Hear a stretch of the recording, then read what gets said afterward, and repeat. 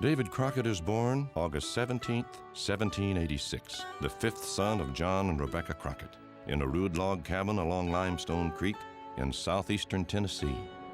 The boy is named after John's father, killed by Cherokee raiders in 1777.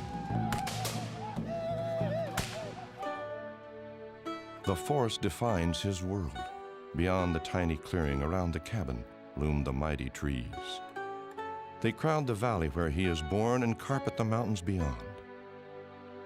Davy's family, like all pioneer families, feverishly labor to fell the trees, to clear the land, to open up the sky. But the boy loves this forest world. Children can be happy under the worst of circumstances, and indeed his were bad. He lived in grinding poverty. His father was abusive and increasingly alcoholic. And finally, at the age of 12, the old man sold Davy, as was the custom of the day, into indentured servitude. In this time, the boy traveled far, driving cattle, laboring as a teamster, plowing fields, apprenticing to a hatter, and upon reaching Baltimore, almost signing on as a cabin boy for a voyage to London. In all of these endeavors, his hard work and gregarious nature endear him to others. He returns home after 2 years and goes to work to pay off his father's debts. In this way, he hopes to settle accounts with the old man. The hardships of his youth toughened Davy, but also softened him. He always realized that many people helped him along the way, and that it was the goodness of other humans that allowed him to prosper. Young David Crockett has now matured into a striking figure of a man. Davy Crockett was of really average height, but certainly a sturdy, muscular build. But his face was extraordinary. You start with dark hair, really dark hair, piercing blue eyes, a French nose, an Irish chin. It made him unforgettable, literally, to anyone who ever saw him.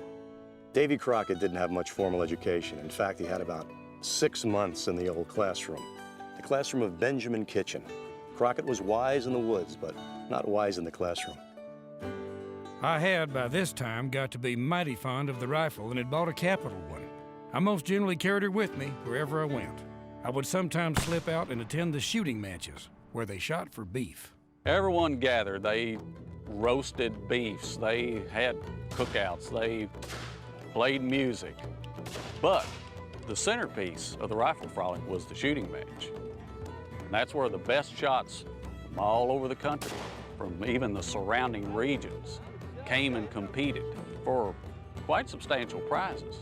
Men like Crockett, who won more than their fair share of the shooting matches, gained a considerable degree of popularity. At one such frolic, Crockett meets Polly Finley, the prettiest girl in the backwoods, and is instantly smitten. I must confess I was plaguey well pleased with her from the word go. She had a good countenance and was very pretty, and I was full bent on making up an acquaintance with her.